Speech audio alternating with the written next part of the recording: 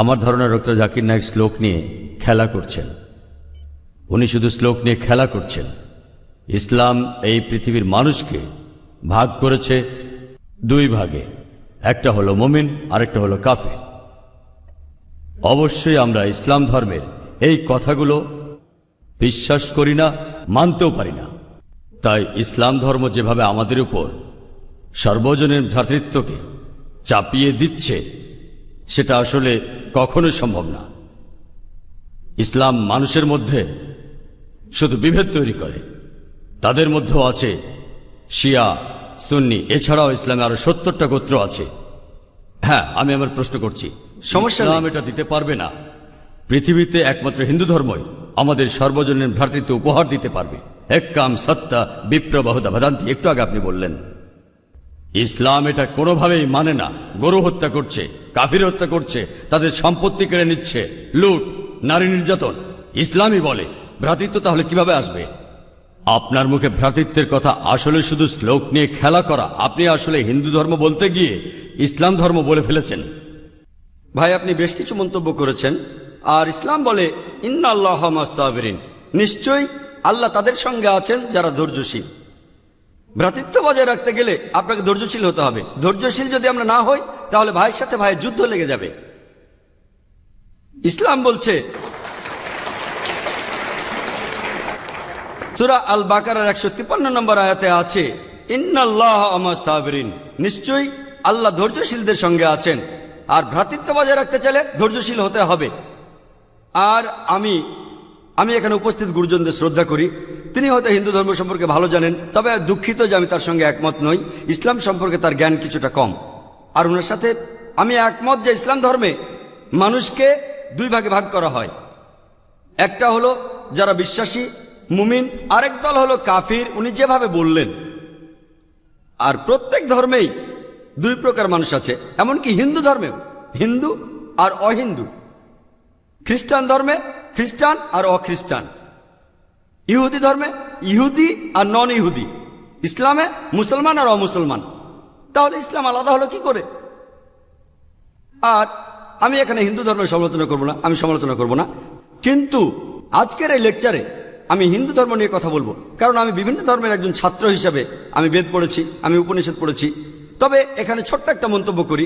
হিন্দু ধর্মগ্রন্থ বেদে আছে যে এই মানুষ জাতি সৃষ্টি হয়েছে সর্বশক্তিমান ঈশ্বরের 4টে অংশ থেকে। তার মাথা থেকে এসেছে ব্রাহ্মণ, বুক থেকে এসেছে ক্ষত্রিয়, আর উরু থেকে বৈশ্যরা ব্যবসায়ী জাত, আর পা থেকে শূদ্ররা বর্ণপ্রথা। আমি এটা নিয়ে মন্তব্য করতে আসিনি, আমি এটা চাই না। আমি চাই না হিন্দু ভাইদের মনে আঘাত দিতে। ইসলাম ধর্ম এটার অনুমতি দেয় না। আমি এসব নিয়ে মন্তব্য করছি না, কোনো ধর্মের সমালোচনা করছি না, আমি কারো সমালোচনা করছি না। আমি কথা বলছি না যে কোনো ধর্ম ভুল। তবে আপনি যদি ভালোভাবে বেদ পড়ে থাকেন, আপনি এখানে সবাইকে বলতে পারেন বেদে কথা বলে কিনা যে স্রষ্টার মাথা থেকে ব্রাহ্মণ এসেছে, তার বুক থেকে ক্ষত্রিয়রা এসেছে, উরু থেকে এসেছে বৈশ্যরা ব্যবসায়ী জাত, বিদ্বান গোত্র, যোদ্ধা গোত্র, ব্যবসায়ী গোত্র, শূদ্র। শূদ্ররা হলো সবচেয়ে নিম্নবর্ণের। আর ডক্টর আম্বেদকর এটা নিয়ে বই লিখেছেন। আমি সব খুলে বলছি না। হিন্দু ধর্ম আমি ভালোভাবে পড়েছি। আমি হিন্দু ধর্মের অনেক কিছু শ্রদ্ধা করি, বেশ কিছুর ব্যাপারে একমত নয়, এটা আমাকে আপনি বলতে বাধ্য করলেন। পবিত্র কোরআনে সূরা আনামের 108 নম্বর আয়াতে আছে তাহাদিগকে গালি দিও না আল্লাহকে ছাড়িয়ে তাহারা যাহাদিগকে ডাকে, কেননা অজ্ঞানতাবশত তাহারা গালি দিবে আল্লাহ সুবহানাহু ওয়া তাআলাকে। এখানে আমি হিন্দু ধর্মের ভালো দিকগুলো নিয়ে বলেছি। কথাটা হলো তারা এক ঈশ্বরের ধারণায় বিশ্বাস করে। আপনার প্রশ্নের ব্যাপারে বলি যে আপনি বলেছেন মুসলিমরা তারা মানুষ খুন করে, এছাড়াও তারা হত্যা করে। আপনি বললেন গরু, ঠিক আপনি কথা বলেছেন। এই সবগুলো অভিযোগের উত্তর দেওয়া দরকার, সময় এখানে কম, কয়েকটার উত্তর দিচ্ছি। অন্য কেউ প্রশ্ন করেন, আপনাদের সবার ভুল ধারণাগুলো আমি ভেঙে দেব, আমারও ভালো লাগবে। আর ভুল ধারণাগুলো ভাঙিয়ে দিলেই তারা ইসলামকে ভালোভাবে বুঝতে পারবে। এজন্য আমার লেকচারে সবসময় একটা প্রশ্নোত্তর পর্ব থাকে। আর আমরাও বলি যখন কেউ সমালোচনা করে আমারও ভালো লাগে। যত বেশি সমালোচনা হবে তত বেশি বোঝাতে পারবো, তত ভালো করে ইসলামকে বুঝতে পারবেন। আমি সেটাই করি। ইসলামও বলে সত্যকে ছড়িয়ে দিতে। হিকমার সাথে পবিত্র কোরআনে সূরা নেহালের 125 নম্বর আয়াতে আছে উদু ইলা সাবিলি রাব্বিকা বিল হিকমা ওয়াল মাউযিতিল হাসনা ওয়াজাদিলুম বিল্লাতি আহসান। মানুষকে প্রতিপালকের পথে আহ্বান করো হিকমত আর সদুপদেশ দ্বারা। আর উহাদের সহিত তর্ক করিবে সবচেয়ে উত্তম পন্থায়। যখন বলা হয় আমরা আমিষ খেতে পারবো কিনা, গরু ছাগল কোরবানি দেয় ইত্যাদি, আর অনেক অমুসলিমই বলবে মুসলমান আপনারা সবাই নিষ্ঠুর মানুষ, প্রাণী হত্যা করেন। ভাই আপনাদের আমি বলি, একজন মুসলমান খুব ভালো মুসলমান হতে পারে, এমনকি যদি সে পুরোপুরি ভেজিটেরিয়ান হয়।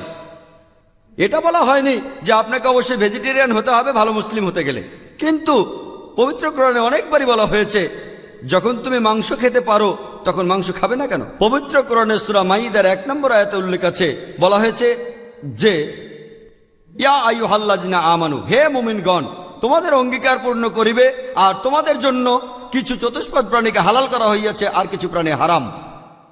পবিত্র কোরআনে সূরা নাহলের 5 নম্বর আয়াতে উল্লেখ আছে যে আল্লাহ চতুষ্পদ জন্তু সৃষ্টি করিয়াছেন যাহাতে তোমরা শীত নিবারণ করিতে পারো এবং উহাতে বহু উপকার রহিয়াছে এবং উহা হইতে তোমরা আহার করিয়া থাকো। পবিত্র কোরআনে সূরা মুমিনুনের 21 নম্বর আয়াতে উল্লেখ আছে তোমরা চতুষ্পদের মাংস আহার করতে পারো।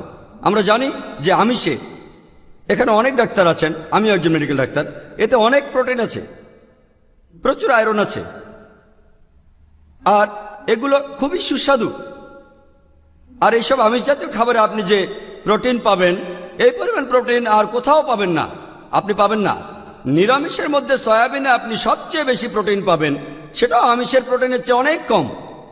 আর এবার আমি গরু হত্যা নিয়ে কিছু কথা বলি।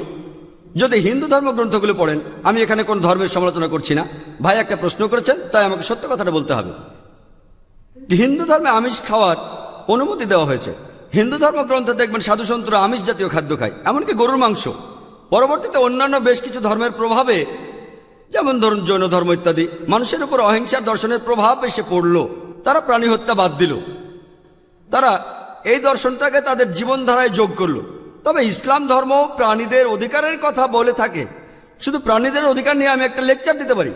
পবিত্র কোরআনে আছে পশুর উপর বেশি বোঝা চাপিও না, তাদের প্রতি সদয় হও, তাদের খাদ্য দাও, কিন্তু প্রয়োজনে তোমরা তাদের মাংসও খাইতে পারো। আর যদি আপনি অন্যান্য ধর্মগুলো ভালোভাবে দেখেন, অনেকে আমিষ খেতে বারণ করেছে।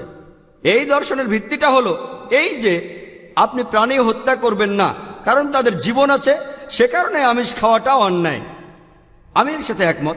যদি কোনো মানুষের পৃথিবীতে মানুষ হত্যা না করে থাকে, সেখানে আমিই থাকবো সবার উপরে। সর্বজনীন ভ্রাতৃত্ব হিন্দু ধর্মে আছে যে সব প্রাণী আপনার ভাই। প্রত্যেক প্রাণী হোক সে সাপ, পাখি অথবা পতঙ্গ। আমি আপনাদের একটা প্রশ্ন করছি যে কোন মানুষটা হাজার হাজার ভাইকে না মেরেও 5 মিনিটের জন্য বেঁচে থাকতে পারে? এখানে যারা মেডিকেল সায়েন্স পড়েছেন তারা ভালো বুঝতে পারবেন যে আপনারা যখন নিঃশ্বাস নেন তখন আপনার শরীরে প্রচুর ময়লা জীবাণু ঢুকে, সেগুলোকে মেরে ফেলেন। তার অর্থ এই ধর্মে বাঁচার জন্য আপনার ভাইদের আপনি মেরে ফেলছেন। ইসলামের সর্বজনীন ভ্রাতৃত্ব বলে মানুষ জাতির প্রত্যেকেই আপনার ভাই। বিশ্বাসের ভ্রাতৃত্বে প্রত্যেক মুসলমানই ভাই ভাই, প্রত্যেক প্রাণীই আমার ভাই নয়। তবে অন্য প্রাণীদের রক্ষা করতে হবে, তাদের ক্ষতি করবেন না, বিনা কারণে তাদের অত্যাচার করবেন না, তবে প্রয়োজন হলে সেগুলোর মাংস খেতে পারেন। ইসলামের সর্বজনীন ভ্রাতৃত্ব বলে মানুষ জাতির প্রত্যেকেই আপনার ভাই। বিশ্বাসের ভ্রাতৃত্বে প্রত্যেক মুসলমানই ভাই ভাই, প্রত্যেক প্রাণীই আমার ভাই নয়। তবে অন্য প্রাণীদের রক্ষা করতে হবে, তাদের ক্ষতি করবেন না, বিনা কারণে তাদের অত্যাচার করবেন না, তবে প্রয়োজন হলে সেগুলোর মাংস খেতে পারেন। তাই যে দর্শন বলে আমিষ খাবার খাওয়া অন্যায়, কারণ এখানে আপনি প্রাণী হত্যা করছেন, বিজ্ঞান প্রমাণ করেছে, এমনকি গাছপালারও জীবন আছে, আপনারা জানেন। তাই এ কথা এখানে খাটছে না যে প্রাণী হত্যা করা অন্যায়। তাই এখন তারা যুক্তিটা পাল্টে বলল যে আচ্ছা গাছেরও জীবন আছে, তবে তারা ব্যথা অনুভব করে না, তাই গাছ হত্যার চেয়ে প্রাণী হত্যা অনেক বড় অপরাধ। আর আজকের দিনে বিজ্ঞান উন্নত হয়েছে, আমরা জানি গাছও ব্যথা অনুভব করে, এমনকি গাছও কাঁদতে পারে, গাছেরও ভালো লাগতে পারে। তাই গাছ ব্যথা অনুভব করে না এটা টিকলো না। এখানে ব্যাপারটা হলো যে গাছের কান্না মানুষ শুনতে পায় না, কারণ মানুষ কানে যে শব্দ শোনে সেটা সীমা 20 সাইকেল পার সেকেন্ড থেকে 20,000 সাইকেল পার সেকেন্ড। এই সীমার মধ্যে কিছু হলে মানুষ সেটা শুনতে পায়, এই সীমার নিচে বা উপরে মানুষ কিছু শুনতে পায় না। যেমন ধরুন কেউ যদি ডগ হুইসেল বাজায়, ডগ হুইসেল চেনেন, যেটাকে বলে সাইলেন্ট ডগ হুইসেল। যখন কেউ এই হুইসেল বাজায়, এটা সীমা হচ্ছে 20,000 সাইকেল পার সেকেন্ডের উপরে, 40,000 সাইকেল পার সেকেন্ডের নিচে। কুকুর 40,000 সাইকেল পার সেকেন্ড পর্যন্ত শুনতে পায়। তাই কেউ যদি হুইসেল বাজায়, কুকুর হুইসেলটা শুনতে পারে কিন্তু মানুষ শুনতে পায় না। এটাকে বলা হয় সাইলেন্ট ডগ হুইসেল। একইভাবে গাছপালার যে কান্নাকাটি আমরা মানুষরা কিছুই শুনতে পাই না, তবে গাছও কাঁদে, তারাও ব্যথা অনুভব করে। আমাদের একজন ভাই বললেন, যিনি বিষয়টা নিয়ে বেশ তর্ক করছিলেন, আর আমাকে বললেন, ভাই জাকির, আপনার কথা আমি মেনে নিলাম যে গাছপালারও জীবন আছে, তারাও ব্যথা অনুভব করে, তবে আপনি কি জানেন যে গাছের দুটো ইন্দ্রিয় কম আছে, তাদের 3টা ইন্দ্রিয় আছে, পশু পাখির ইন্দ্রিয় আছে 5টি। তাই গাছপালা হত্যার চেয়ে পশু হত্যা করা অনেক বড় অন্যায়। আমি তাকে বললাম যে ভাই, ধরুন আপনার একজন ছোট ভাই আছে, সে ছোটবেলা থেকে বোবা আর কালা, দুটো ইন্দ্রিয় কম। সে বড় হওয়ার পরে কেউ একজন তাকে খুন করে ফেললো, আপনি কি বিচারককে বলবেন, ও মাই লর্ড, এই খুনিকে কম শাস্তি দিন কারণ আমার ভাইয়ের দুটো ইন্দ্রিয় কম ছিল? এই কথাই বলবেন? আপনি বলবেন, ও মাই লর্ড, তাকে দ্বিগুণ শাস্তি দিন কারণ সে একজন নিষ্পাপ মানুষকে হত্যা করেছে। তাই ইসলামে এটা কোনো যুক্তি নয় যে 2 বা 3টা ইন্দ্রিয়। পবিত্র কোরআনে সূরা বাকারার 168 নম্বর আয়াতে আছে, যে বৈধ খাদ্যবস্তু আছে তাহা তোমরা আহার করো। তার অর্থ যেগুলো বৈধ আর হালাল খাবার সেগুলো খেতে পারো।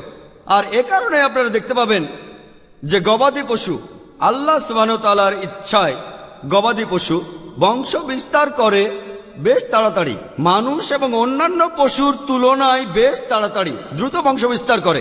যদি আপনার কথা মেনে নেই যে মানুষ কোনো গবাদি পশু খাবে না, তাহলে পৃথিবীতে গবাদি পশুর পরিমাণ অনেক বেড়ে যাবে, অনেক বাড়বে।